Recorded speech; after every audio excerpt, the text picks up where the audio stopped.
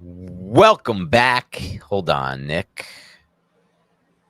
Oh, no, I had the right audio. I thought I didn't because I haven't recorded in a while on this.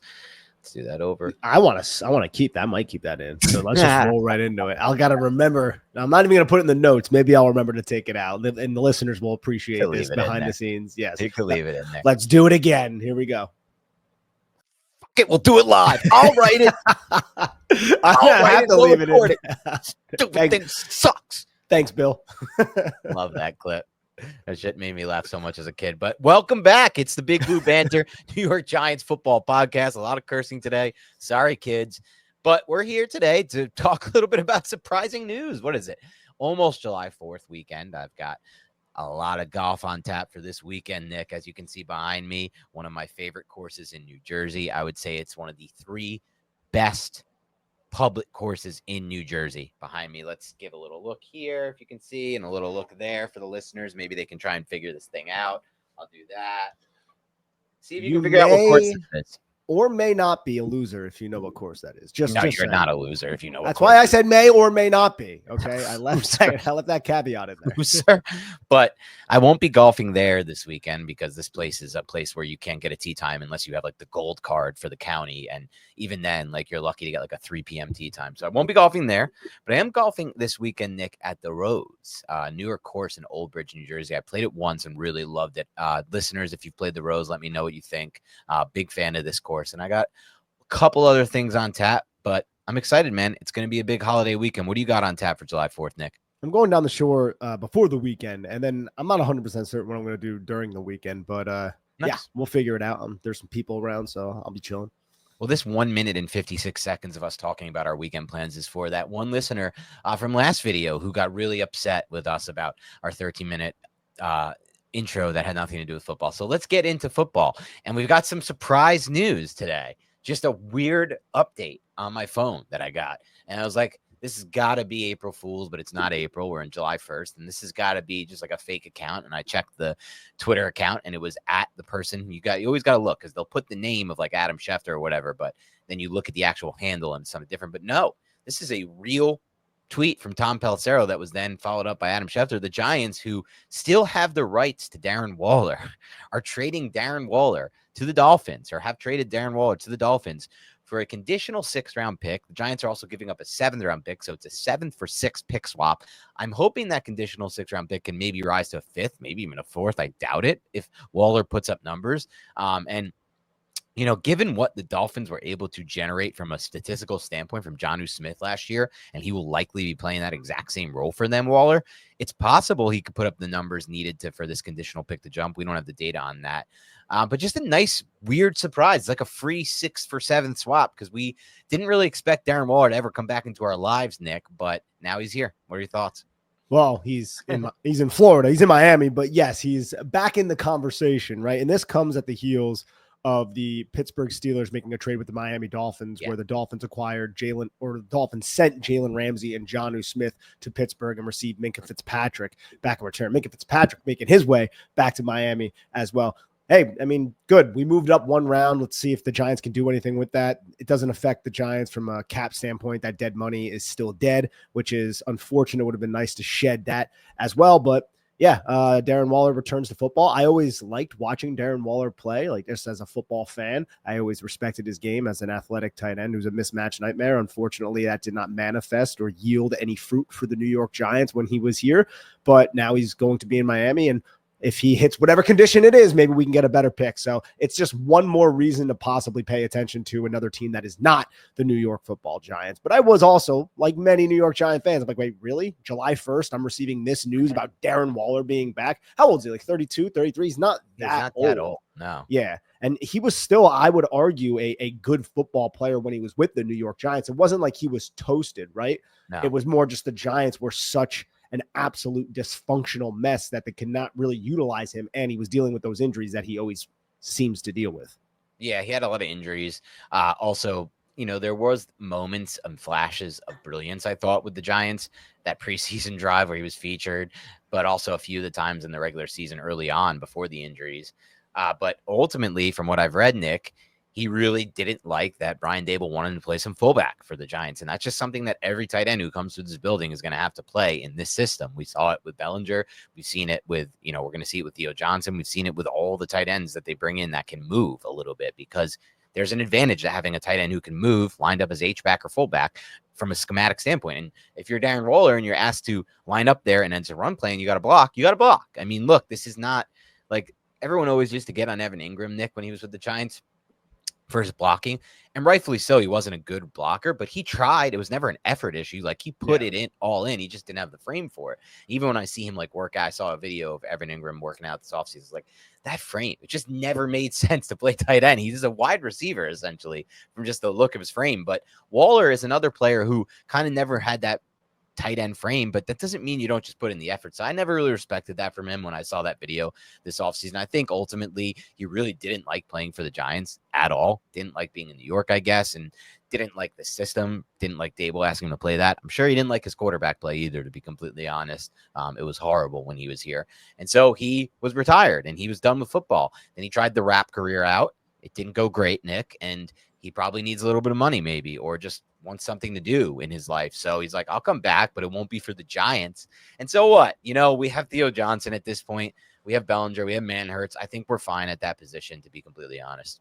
Yes, and with Waller too, it seems like he's dealt with a lot in his career, right, and overcome a lot as well. And I think coming to New York just extinguished whatever flame he had left, like a flame that was already kind of vanishing when it came to playing football. Like, that was just cold water thrown on it, and he was like, you know what, I'm done with this. This is not my situation. I'm not doing what I like most about football. And now that he has an opportunity to go to possibly another situation, and if you look at the Miami Dolphins offense, holy shit, dude, they got speed on speed with Waddle, Tyreek Hill, Devon Achane, and a very creative offensive mind in Mike McDaniel. So I think him fitting into that puzzle is a much funner environment than him playing for the New York Giants with Daniel Jones as his quarterback, with Brian Dable and Mike Kafka asking him to do things that he did not want to do. I'm not saying that he won't do those things in Miami. He's going to have to block a little bit, but it was pretty obvious he wanted to explore different things when he got to New York, and now that's not necessarily a problem for him anymore. He'll probably be used more as the receiving threat that he is. And you're right with the Jonnu Smith thing. Jonnu Smith was a Pro Bowler last year, I think, right? Pro Bowler, not just that, like, I saw the stat yesterday as I was writing a fantasy reaction article to the Jonnu Smith trade, which, by the way, really well navigated, I thought, by the Dolphins. They didn't want to extend Jonnu Smith, who was the reason they traded him, essentially, is because he wanted a new contract, and they didn't believe in paying him long term. So they got rid of him, got back Minka Fitzpatrick, and were able to get Waller now, who's going to serve in a similar role for $5 million. I think the deal is going to be 1 year, $5 million with the Dolphins for Waller. So they kind of navigated that really well. But when I was doing the research, Nick, I saw Jonnu Smith was top 15 overall among all players, running backs, receivers, and tight ends, not at his position, among all players in designed opportunities last year. So they essentially got him the football as the design first read. Now that's because their offensive line was completely trash, and Tua had his other injury, and they don't want to get him concussed. That's going to be the same case this year. They lost Teron Armstead. Their offensive line is even worse, and Tua still has that same issue of you can't really let him get hit. Are we going to buy into Darren Waller as a fantasy asset once again, like we did back in 2023? That's what we discussed. I mean, that's what I was discussing with my boss on CBS a couple of minutes ago in one of our meetings. I didn't do an article on the Waller reaction, but it's like, given the way, because Jonnu last year was tight end 6, right? So it's like you have to write about him. But in Waller, you think whatever, I won't write about him. Nobody's going to draft him. But given the way tight ends play in fantasy, Nick, it's like there's 3 or 4 good guys every year, and the rest are just basically busts that you draft high, and then you stream based on matchups. And there's random waiver wire guys that enter many lineups. I could easily see him being like a Jonnu Smith type waiver wire ad. 100%. I mean, you're going to see so much. If Tyreek Hill is still Tyreek Hill, Jalen Waddle's healthy, you're going to see so much too high.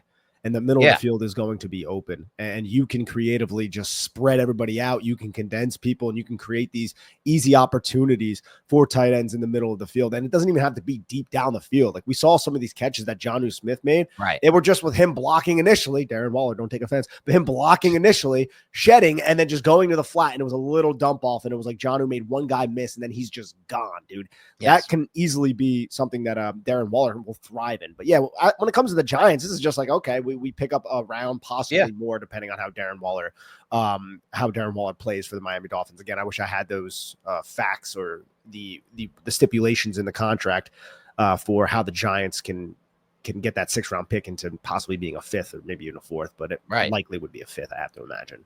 Probably 5th is the best it goes to, but even so, like, if it does go to a 5th, that's a good haul for the Giants, considering they gave up initially a late 3, got some out of Waller. Obviously, we're expecting a lot more, but also the Dolphins, at least I don't project them to be a very good team this year. I think they're under win totals at 7.5. Their offensive line got worse, and it was bad last year. They traded away Ramsey. I guess they got Fitzpatrick back, but he's kind of on the down swing of his career. Like, I don't expect he's still like, I still respect player, Minka. I mean, he's what, like 28? I think he's not like that old. But I don't think they would have traded him the Steelers if they felt like he was on the upward trajectory personally, because I just doesn't, that whole thing felt weird to me because Ramsey's obviously not on the upward trajectory. But all I'll say is maybe the Dolphins pick ends up being better for the Giants. I'll take it. It's a free pick, Nick, and it's something the Giants can work with. And they weren't counting on Waller, obviously, but I also feel like perfectly fine with what's going on at tight end going into the season. They have guys who play specific roles for the Giants. And like John Schmelk told us, the one player in that building that the building is higher on is Theo Johnson. Based on what they've seen from him. Absolutely. Are we all going to collectively lose our minds if Darren Waller is a Pro Bowler and Daniel Jones leads the Colts to the playoffs? No, I mean, I won't, but some people will. That would be something, right? Yeah, that would. Comes out of retirement and he gets the same Pro Bowl nod that Jonnu Smith, who I wouldn't say was irrelevant before this season. Like, he had good years with Arthur Smith, who he's reunited with. But nothing like we saw down the stretch of the season with the Miami Dolphins this past year. Yeah, I did the numbers on that. He topped at like 60 targets his whole career, Jonnu, and then all of a sudden last year was the focal point of an offense. So it is what it is. We'll see what happens. Let's talk about a couple other things before we wrap up here, Nick. Just, little musings going on. And I think, by the way, I haven't talked about this with you, but hopefully starting next week, because I found the first one I want to do, we can get to these Giants rewatches. The first game I want to rewatch, I believe you were home for this one. So you saw this one live as well, but it's just one that I remember sort of, and I want to go through it, and it'll be fun. We'll kind of walk through it. I already watched the first series of the game. I could literally probably waste 8 hours watching old games. It's so weird. Like today on Twitter, Nick, this is how weirdly obsessed I am with this sport. Someone posted that I follow, as like a 49ers guy, posted like Colin Kaepernick versus the Packers in the divisional round in 20, I don't even know what date. This is in the 2010s, I guess. I just watched like 30 minutes of the game wasted 30 minutes of my morning watching this game. It was so interesting. I love seeing like the difference in the game. Like, and we're going to see this when we rewatch some of these Giants games. Like, there's legit under center dropbacks. We don't get that anymore. Now, when you get these quarterbacks under center, it's always play action. No, they were dropping back, hitting their back foot and throwing from under center. And it's just cool to watch the different personnel groupings. But anyway, we'll get to that eventually. Let's talk about, was that the game where Colin Kaepernick's like still running right now? Like the one where he ran all over Green Bay? Yes, 98 yards rushing. And no, I don't think it was that one though. No? I know the one you're talking about. That one was the dominant game where I thought that was Shanahan. Let me pull this up. So 2013, they played 2013 divisional round and in 2014. 23-20. The score was 23-20 is that one. Okay, so this would have been the 2012 season and the 2013 season. They ended up playing in the playoffs. And I think the 49ers won both, if I'm not mistaken. The one they won 23-20 is the one I wasted 30 minutes watching today. It wasn't a waste of time. It was enjoyable. It's just so not useful. And I just like got addicted to it watching it. I completely understand. Crabtree was dominating these one-on-ones. It was very fun to watch. Vernon Davis was in the game. Kaepernick looked kind of decent. He's kind of underrated. Rodgers was getting eaten up by the 49ers D-line. They were so good back in the day. The 23-20, that was at Lambeau, and it was 2013 Lambeau. Playoffs, yeah. Yep. So that was a couple years after the Giants won the Super Bowl. The 49ers were still a great team at that point. Really good franchise. Anyway. Hello, ladies and gentlemen. Look, we all love to work out. The summer's coming around. You want to look good in your bathing suit. But in order to enhance your workout, you want to go and use MitoPure from Timeline. This is a great product. When I started using it, it makes me feel stronger, gives me more energy. I recover quicker. I'm in my 30s. I still have the energy to work out. And if you want that energy, you really should give Timeline's MitoPure a shot and work it into your routine. This The great year of 2025 is your year to be the best, most energized, most revitalized you. MitoPure promotes cellular renewal and mitochondrial health to address common signs of aging at the root. MitoPure is the research-backed innovation that unlocks your fullest potential. Timeline is offering 10% off your order of MitoPure right now. So go to timeline.com/banter. It's timeline.com/banter. That's TIMELINE. Back to this Giant stuff. I don't know if you heard Tyrone Tracy making the rounds a little bit, talked with LaShawn McCoy and a few others about Brian Dable and Russell Wilson. Didn't have too many takeaways from it. I did think he was put in a very awkward position by LaShawn McCoy. LaShawn McCoy, who was like, Brian Dable, he's my guy. I believe in Brian Dable. He's like, this guy made the playoffs with Daniel Jones at quarterback. And Tyrone Tracy's just like sitting there like, oh, shit. What do I say to that? Like, and then they called up Brian Dable, FaceTimed him. But they did make some good points about the offense. And I think generally speaking, Tyrone Tracy is a believer in the Brian Dable offense. And from a schematic standpoint from play, I feel like the vibe I get from these players, former players who study the offense and then players who are a part of it, is that they feel this offense has possibilities and upside based on the coaching, the scheme, and the play calling, not just based on the talent, not just based on the personnel. It's based on that. They have a belief in this system, which is good because there are plenty of reasons the Giants brought back these two, Dable and Shane, but one of them was certainly John Mayer's belief that he didn't want to start over. And we didn't want that to be a overarching reason. We wanted there to be belief in this coaching staff. And I do believe the players believe in it. I think so too. I mean, you best at this point. And yeah, that was an awkward moment with LaShawn McCoy. It's like, come on, Shady. Have some like don't put this guy in this spot where he's going to have to laugh and be all awkward because you're just shitting all over his former teammate and probably friend. Like, what are we doing here, Shady McCoy? Yeah. But it was a funny interaction. But yeah, Tyrone Tracy, dude, it's going to be a lot on his shoulders this year. At least the Giants also added Cam Scadaboo, and I think it's, I think it will be handled, hopefully, like we talked about this, I think, on the last episode, somewhat of a hot hand approach. This is a good issue to have. The football, only one person's going to more than likely touch it other than the quarterback on a given play. And I hope Tyrone Tracy Jr. and Cam Scadaboo both earn those opportunities for the New York Giants. But yeah, man, I heard him also say, like, Jackson Dart looks good and he fits the mold of the quarterback that you want. But, like, again, what else is he going to say? He's not going to be like, oh yeah, Jackson Dart sucks. No one likes him in the building. But it does seem like people are buying into the program that is being sold and that the locker room is behind Brian Dable. And then this is all outside looking in, but it freaking better be that way if they were both retained as they were.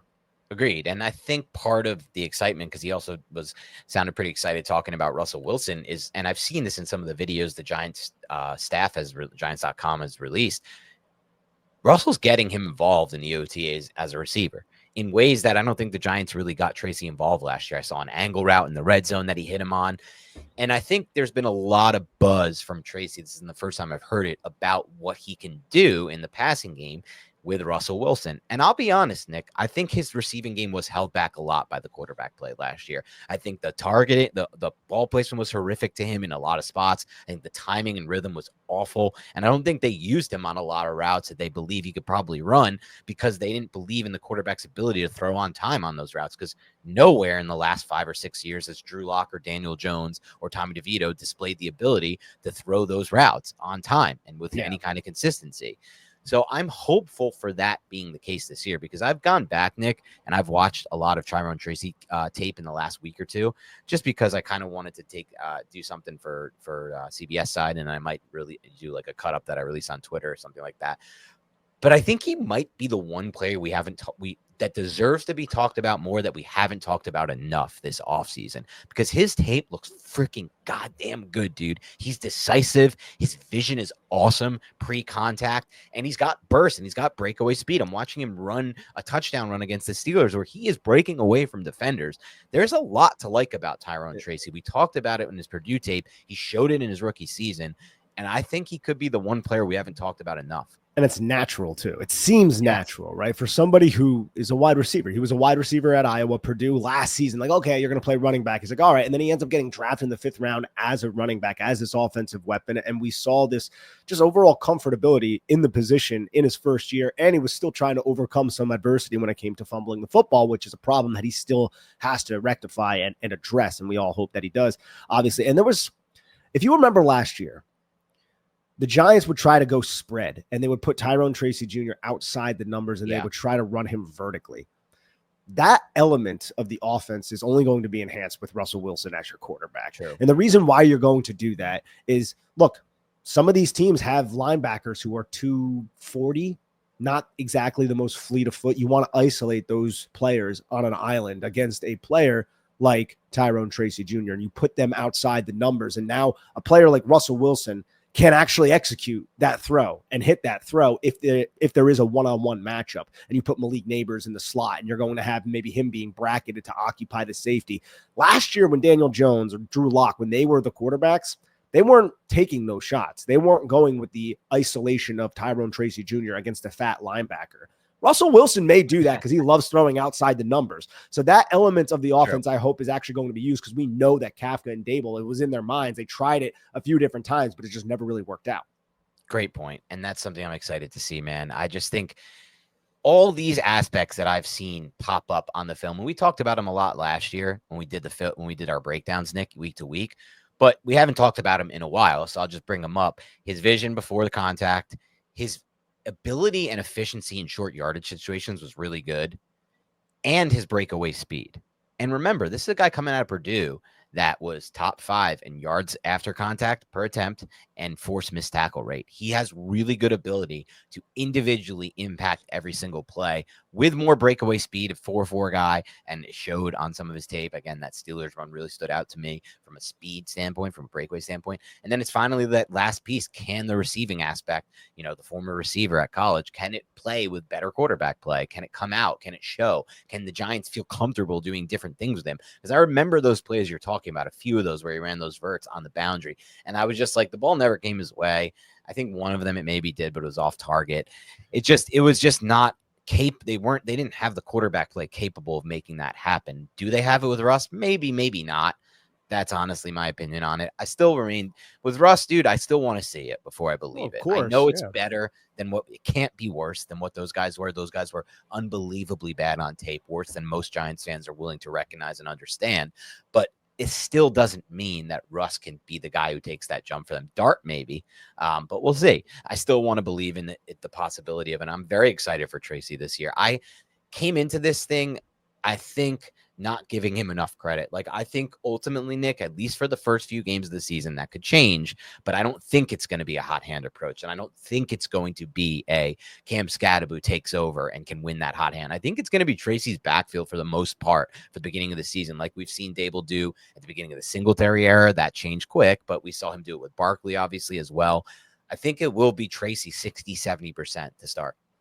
60 to 70. See, I think it might be a little bit more of a trio unless a hot hand is established. But Tracy being that number one guy, right? 70% actually isn't that bad. 70. No, see, I think it might be like a 60, 30, 10 or something like that. Or maybe like a 55.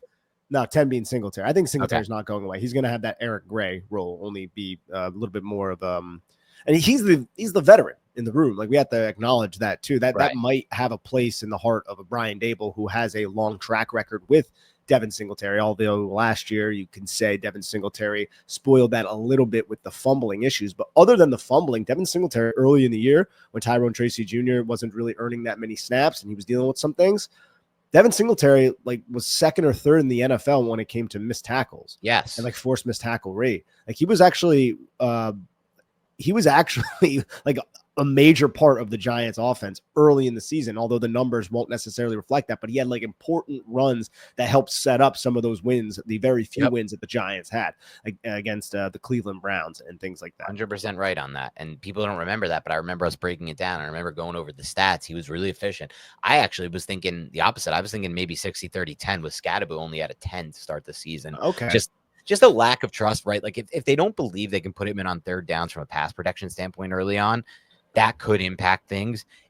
We'll see, because it depends. It depends kind of how Dable wants to run those third downs. Does he want to use his back in protection, or does he want to use his back as a route runner and receiver? If the latter is the case, I think Scadaboo will get on the field. If the former is the case, I'm not sure. I think he might be just like every 2 or 3 series we get like Scadaboo on the early downs type thing. Yeah, and I don't think the Giants are necessarily a team that will handle one rookie one season the same way as they handle another rookie another season. But last year, Tyrone Tracy Jr. took him a little bit to get on the football field. There was a lot of Devin Singletary early, and I think the Giants wanted Eric Gray to like seize more of an opportunity. And we thought, hey, maybe that will happen when he ran all over. I think it was the Detroit Lions in the preseason. Yeah. They had those 2 really nice touchdown runs, but it never really actually came into the fold. And now I'm sitting here wondering, is there even a place on the roster for a guy like Eric Gray? That'd be interesting, especially with Dante Turbo-Miller also on the team, and he offers that speed element that we basically don't have outside of him. I mean, I think Tracy's fast, but there's a different level, people say when they watch Miller on the practice field. And if you're down to that final decision and you're the Giants, do you keep Gray, who's more of an all-around better back, or somebody who has a trump card like Miller? To me, the answer would be Miller at that point, with Scadaboo on the roster, because we have enough guys who can kind of do what Gray could do. But that's a question they'll have to answer, and I think special teams will probably play a huge factor in that anyway. 100%. If they want to keep 4 backs in general, that's another question that we need to see the answer to. Yeah, I'm not 100% sure they will. Me either. All right. Anything else we missed? I think actually we both got a chance to see that Steve Smith film analysis of Malik Neighbors. Any thoughts on that? Yeah, I'm going to put that in the comments for those on YouTube if you want to go check that out, because Steve Smith did an excellent job breaking down the film, mostly from the Colts game, but a little bit of the Ravens game. Of Malik Neighbors. And I would, if you want, you can just like fast forward to 9:20, I think is when they start going over the film part. I think he does a great job just highlighting how unique Malik Neighbors is, the force that he plays with, how he generates so much explosiveness when he puts his foot in the ground, yet he also maintains this level of elusiveness that allows freaking linebacker and cornerbacks trying to converge on Malik Neighbors to crash into each other, which happened several times throughout his film. Like, we talk a lot about how great Malik Neighbors is. I don't know if we even talk enough about how great Malik Neighbors is, though. At the same time, I still think there's such a ceiling with this guy who put up like 1,200 yards in 15 games or whatever the hell it was with this level of quarterback play. Now, he was force-fed the ball a lot, and you can make those arguments, but this is a rookie who had to overcome a decent amount through his first season in the National Football League, and he just put numbers up. Just put freaking numbers up on a 3-win team. I think in a much more stable situation, this guy could be like a Jamar Chase-esque type of receiver. And I know we've made that comparison on the podcast before, but I think that's maybe closer to the reality than it is a hope or a fiction. I think especially if development is like, I know it's not always linear, but if it is in the case of Malik Neighbors, and when we're talking about development, like, yes, there's still so much Malik Neighbors can work on, and there's nothing to suggest that he's not going to work in that. Like, he seems to be a dog. He seems to really want to be great. He has that desire. That's at least the impression that I get from him, but he has a natural baseline about him that I think is that, like, it doesn't like if I worked my ass, I can, like, so many, if NFL receivers work their ass off, they would never even reach that baseline. He has that baseline, and that baseline is a Jamar Chase, Justin Jefferson baseline, which is incredibly rare. Yeah, I mean, I don't think it's biased to say this because I'm just like, we said this before the Giants drafted him. If you remember when we did his evaluation during the pre-draft process last year, before the Giants were even going to take him, we said this was watching a different receiver. I wish maybe looking back, I had the balls to put him as my wide receiver 1 in that class. I just never could have with Harrison because I just loved watching Harrison's tape. I thought he was so smooth and more advanced from a release package standpoint, but that ultimately didn't play a role as much at the end of sometimes I think about that, and like right now I think, if gun to my head, Nick, I would rather have Neighbors than Harrison long term. Of course, yeah. But I don't think it's an of course, because I do. Okay. No, I do. I look back on that and I said I think I should have had Malik Neighbors over Marvin Harrison, and I really liked Marvin Harrison, but it really did just come down to which one is more of a freak athlete. And I think one of the reasons, with Harrison, he's 6'4", right? He's 6'4", so like I'm looking at that and I'm like, I do love that element of him, but there is a certain aspect of Malik Neighbors where when it comes to moving, that's just different than everybody else that's on the football field. And Harrison lacks that. And when you have that coupled and combined with all the other traits of being a wide receiver, that's when you get these like incredibly successful high-end Jamar Chase type of wide receivers. When you are that freak athlete, explosive individual who can just win with his athletic ability, yet he also has the nuance and all of those other aspects, which you could argue Neighbors didn't show consistently when he was at LSU. But if you watch this film by Steve Smith, and if you watched our podcast and other Giants content creators, it was pretty obvious there were high levels of development from Malik Neighbors and a technical side of Malik Neighbors that he displayed as a rookie that allowed him to be so successful as well. So it wasn't just the fact that he was this freak athlete. Yeah, I completely agree. It's the ability to get in and out of his breaks. It's what he can do after the catch. It's how much force he puts into the ground. Steve Smith showed that on one of his post-catch runs against the Colts. Like he showed like the pellets from the turf kicking off. He's like, that means so much force going through. Now, maybe that's partially why he has toe issues. I hope that's not the case long term. But he is such an explosive mover, man. And I always said this watching his LSU tape. It's not only that he's such an explosive mover post-catch, dude, he's an aggressive post-catch receiver. Like these safeties were having so much trouble tackling him at LSU. That hasn't been the case as much at the NFL level, though there have been some moments of it against Washington, against the Colts. And I think we'll get more of that as we move forward. But the fact of the matter is, like, just looking at the whole debate of like Harrison versus Neighbors now, a year later, knowing what we know, Harrison struggled with bad quarterback play last year. And I would personally consider Kyler Murray to a bad quarterback play last year. There were things he did well. He did the boot action stuff to McBride. Like he makes those crazy, amazing throws that players like Jones and Locke could never make, like unreal level throws. But as far as just executing a drop back pass game, a rhythmic pass game, and throwing outside the numbers and in breakers, like it wasn't great for Murray. I watched all of Harrison's targets at one point. Jacob Gibbs did a cut up, dude. Even the outside the numbers stuff wasn't great ball placement and timing. And obviously in breakers, he just doesn't throw to Harrison. So like Neighbors had just as bad, if not worse quarterback play last year and was still able to dominate. I think that's kind of the proof, all the proof I need to why I want him more long-term. And that shows what you were talking about. Like when you're a receiver like Harrison, I feel like you need a Stafford. You need like a really good quarterback to take it, to get the best out of you, because you're just going to win outside one-on-ones. It's kind of like the Romo Dunze thing from last year. Romo Dunze, when I watched him on tape, he wasn't so bad, but his numbers were bad because his quarterback play was bad last year. And I love Caleb long-term, but he wasn't good last year, and it hurt that type of receiver. But a Neighbors type, they don't need good quarterback play. You just get him the ball in space and he'll do the rest. He'll also go up top and make a catch like Steve Smith was showing. He'll also win those vertical routes with and Steve Smith showed it a lot. He kind of just gets a lot of width on a lot of these because he knows he can trust his speed. That's fine. He can trust his speed. He's that electric of an athlete, like you said, Nick. So I think long-term, the Giants do have what I believe to be potentially with the upside to be one of the 2 or 3 best receivers in the NFL. You brought up how he gets width, right? Like that's so important when you're eating into someone's blind spot, because that's going to force the corner. Like the one thing I like about Malik Neighbors from what I saw in his rookie season, when I'm talking about development from like a mental side and more of a route nuances, he understands how to eat into the cushion of a cornerback to alter his position to create more space for the inevitable cut that he's about to make. Like he is creating space because of where he is running the routes, not just how explosive those routes are, even though those two things are obviously interconnected and they work hand in hand with each other. Like he understands how to create leverage and attack defensive leverage as well. Like all of that is something that I saw throughout his rookie tape. And if he can continue to develop in that area along with the athletic baseline, we're talking about one of those top types of receivers. Like again, one of the worst situations in the sport, and he ended up coming out with those numbers. Like when you look around the National Football League, like you brought up there, like this wide receiver may need this type of quarterback, and all of that makes sense. Like what receivers are successful independent of their quarterback play, right? Like as a rookie, he was that. Yes, that says something. Right. It says a lot, dude. I mean, now there are others like Brian Thomas put up great numbers with Mac Jones last year. That's another example of somebody who was successful independent. And obviously Justin Jefferson's done it with like whoever they put back there. But that's the type of level receiver we're talking about. Like Brian Thomas is on that tier too with Neighbors, and like they're all freaking unbelievable, these athletes. And we have one of them with the Giants. And I'll say this, like no matter what happens this year, I believe in Daboll's ability to continue to design plays that get Neighbors in space and get him just what he got last year.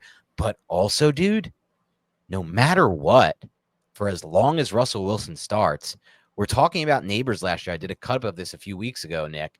He had the 4th most unrealized air yards last year. You watch some of these plays, the Browns overthrow and the slot fade, the Dallas throws, some of these just shit throws. He is wide open on these plays. He's creating 2, 3, 4, 5 yards of separation. Well, guess what? 4th most unrealized air yards last year for Neighbors. Russell Wilson was the most efficient deep passer in the NFL last year on a per attempt basis. Over 55% of his 20-plus yard air throws were on the money for completions with 8 touchdown passes on those throws.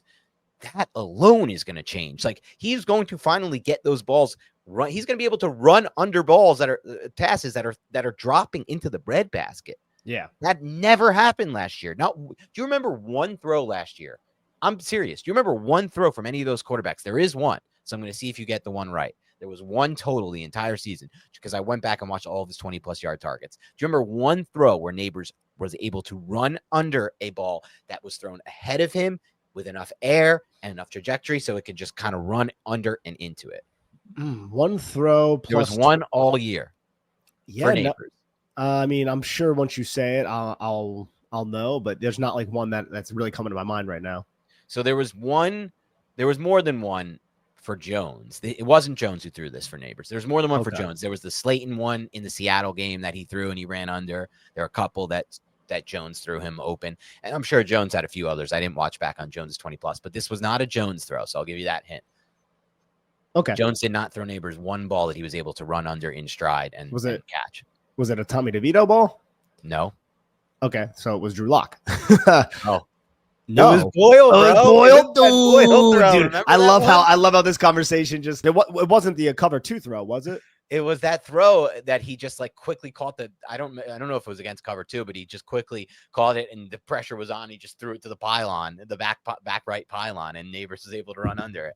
Oh yeah. I guess. I mean, I was thinking. I was still thinking not more, like the perfect. No. That was a great throw by Boyle. Yeah. I know exactly which one you're talking about. I was wondering where he was breaking, and then like Neighbors had to like flip his hips and like caught it right by the pylon and like fell out, and it was a touchdown like right at the front pylon. Yes. I was thinking more like on the vertical plane, like I'm running a route and I cooked this dude, and we don't have any of that. No, that's what I was thinking of. We just didn't get that all year. We don't get those quarterbacks can't. Drew Lock can't make that type of throw, and obviously Jones throws the flat deep ball. He never could make that throw. But Boyle did give him an opportunity to run under it. It wasn't exactly what I was describing, but it was something. Wasn't that like a 4th down too? I think that was like a 4th and like 3 or 4. But that's the type of stuff we can get out of Russ, dude. Like we're gonna get 4 to 6 of those this year. And possibly if there's enough space to work with, dude, those could be caught and then ran out for 30 more yards for a touchdown. Yeah, you're right. And I want to put you on the spot for a second too, dude. So I was just like looking through wide receiver stats. Guess how many catches Wan'Dale Robinson had last year? He catches one. I'm gonna give you a hint. Number. It's probably higher than you think. 104? No, it's not that high, but still, it was 93. But like on like 180 targets or something, right? Does that target?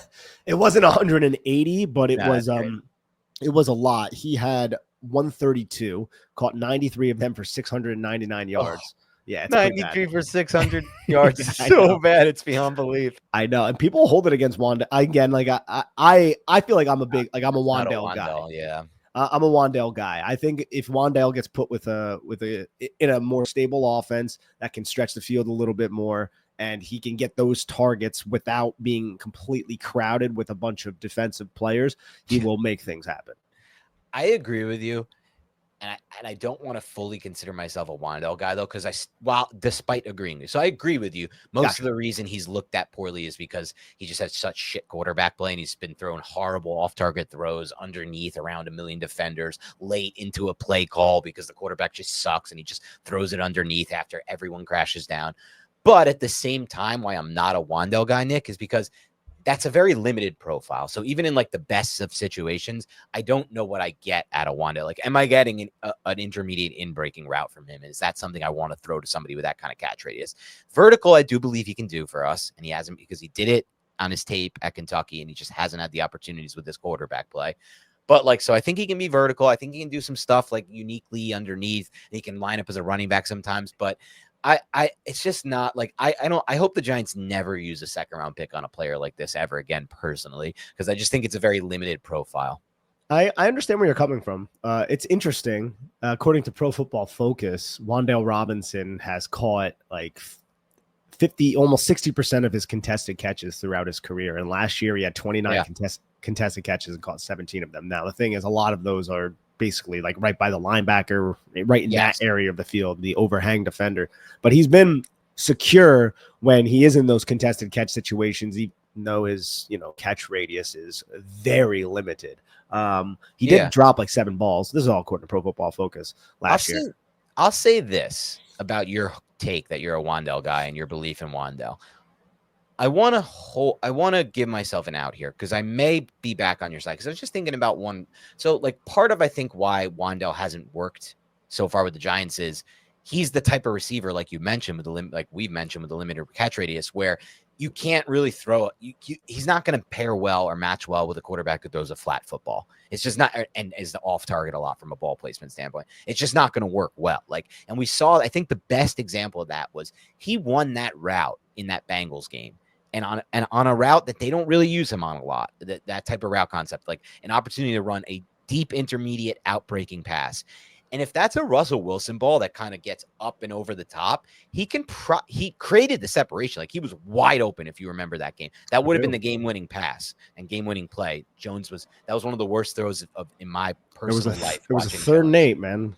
It was one of my most angry I've ever been at Jones. Like I was there at the game with my brother. I could not believe how bad that throw was. But if that ball's kind of just thrown with a lot of loft toward the sideline, which I think Russell will do, Wan'Dale had so much separation, he could probably run under that, and it's probably then just a touchdown. He had so much space created on that play. There was no safety behind. So there are opportunities that I think could work with Russ in the more intermediate, outbreaking, and deep area of the field that may have us re-envision our thoughts on Wan'Dale. But I do still want to see it. I know your contention can exist with everything that you just said as well. Like the contention is this is still a guy who has the 28-inch arms with a historically low catch radius. Like all of those things are still true, yet he can still have more of an impact than we've seen because of an upgrade in quarterback play. It's completely reasonable to frame it in that manner. But I don't know though, if I remember correctly on that Cincinnati Bengals play. I think there was a safety. It was cover 2 pre, cover 1 rotation post, and they rotated the safety over to like kind of like the hash closer to where Wan'Dale, because Wan'Dale, the route was from the backside. It was a deep crossing route where he outran the middle hook defender, and then the safety was coming down, but it should have easily been completed. He was wide open. I just think the safety would have cut that angle off more than likely. I thought if I remember, the safety took a poor angle on the play. I'm trying to pull it up now as we talk through this. I'm trying to find what week was that? Was that 4 or 6? That was week 6. Okay. I'm trying to remember if I remembered it correctly, I was at that game with my brother. If I remember it correctly, that it was a poor angle taken by that safety. Let's see if I can find this play. I'm on play-by-play now. This is great. There were 3 defenders that were in. I just pulled it up. So there were 3 defenders that are in that area, and one of the defenders was an underneath defender who peeled off of his route, passed it off to the safety, and then sank underneath Wan'Dale. That's the bad angle I think you're talking about. But there's still a safety. There's still a deep single high safety who more than likely would have cut Wan'Dale's angle off if Wan'Dale caught the football, and it would have been a 35-yard gain. I just don't know if Wan'Dale would have been able to. You want me to pull that up? I'm running it right now. Do you have it on the screen? Got it. All right, go back to the beginning though. Okay, we'll do both angles. Now let's go sideline angle. Yeah. All right, let's see it. Ooh, I love doing film. Yeah. So let's see. You see the safety rotate, okay? And now he's in the middle of the field on that hash. There is still a safety behind. Still a safety behind. But I do like how Wan'Dale toasted his dude, and then that led to the peel off. You see how he peeled how the defensive player peeled off of his original assignment and undercut Wan'Dale, but Wan'Dale still had leverage at that point. So Wan'Dale had 2 guys beat, and then Jones just put it too flat. Jesus Christ. I can't watch this, Nick. It just makes me so angry watching that throw from the end zone angle. How is it this bad, dude? How could you possibly miss this throw by this much? Just put the ball out more toward the left and let him run under it. Put some air under it, dude, toward the sideline. Like, how could you miss a throw like that over and over on these key third downs? That would have changed the game. He wasn't a quarterback, and again, we don't need to beat him on down. He wasn't a quarterback who put air under the football to allow his receivers to run underneath it. Yeah. He threw a heavy ball. It was very direct. And we don't need it. And look, people kill us for even going back. We don't need to go back into it. Yeah. Point being, Russ is going to put some air onto the football, and that ball probably led to the sideline. I think Wan'Dale makes that catch, and those are the type of plays that will maybe change the narrative for Wan'Dale Robinson moving forward, hopefully, and change his production and change his standing as a player in the NFL. And I do think Wan'Dale is so, like, the wide receiver room for the Giants is not a complete room, but Wan'Dale complements Malik Neighbors very well, right? And I just think the Giants need maybe a bigger body wide receiver, like somebody who is like 6'4", just for mismatch purposes and things like that. I don't know if any of these UDFAs are going to rise to the occasion, or the little Jordan Humphreys and Zach Pascals of the world, who are more blocking type of guys who are a little bit bigger. But I think the Giants 11 personnel package right now is a solid 11 personnel package. Like you can make the playoffs with this 11 personnel package. Completely agree. I think from a skill position standpoint, the Giants have everything they need. It's now on to the quarterback and the offensive line in that order, and we'll see what happens. Yeah, absolutely. All right. That's all the time we have for today on Big Blue Banter. Thank you so much for listening. Please support the show during these dry times in the summer. We only have less than a month before training camp, so I'm excited about that. But please hit the like button. Please comment.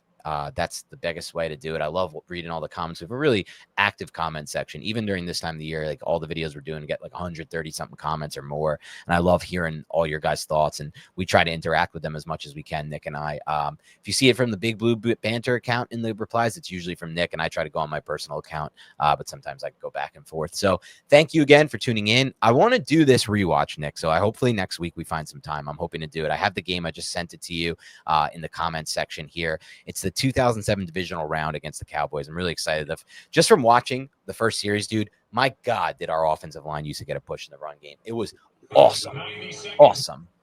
Oh, wow. This is fun. Yes. Like legit push in the run game from the Dude, look how young Joe Buck and Troy Aikman look. Holy shit. Yeah. Pam Oliver. All right, cool. We got everybody. No, it's all good. It's going to be fun. You might waste some time now watching this as I did. All right, have a great rest of your weekend. Enjoy your 4th of July. Real quick before you get out of here, Nick, we're doing it at the end of the show so no one can complain, and I just thought of it last second. Give me your favorite foods to eat on 4th of July. Ooh, you know what? I love a good ambrosia salad on 4th of July. Is that one you gave me once from your mom? Like I think your mom so. makes, It's like marshmallow, cooked coconut, some cherries. Yeah, that's like more of like a dessert thing. Other than that, it's just I mean, it's it's 4th of July, man. It's just burgers and things like that. It's pretty simple. It's nothing too complex, but I'm not opposed to. Will you eat a hot dog? Things.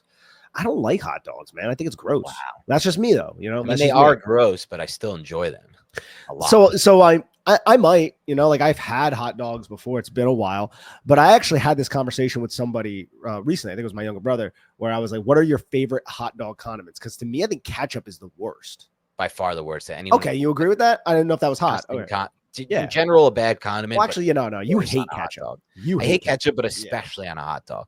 I'll eat it on a burger. I'm fine with it. I'll eat it on fries. I'm fine with it. Eggs, don't like it, but I'll do it if I have to. Hot dog, terrible place. I'm talking mustard. I like relish. Yes. The red onions. I like basically all the other condiments besides that. Sauerkraut's nice. Kraut is nice. I like pickles on a dog. Oh yeah. Chili, obviously. You can only time I really eat hot dogs is at a golf course. So like I try to limit it to just that. And then 4th of July I'll have. When you go to a City Field, what do you get? Oh, I haven't been to City in a while. I used to get the Pat LaFrida sandwiches. Oh yeah. Pat LaFrida sandwich is nice.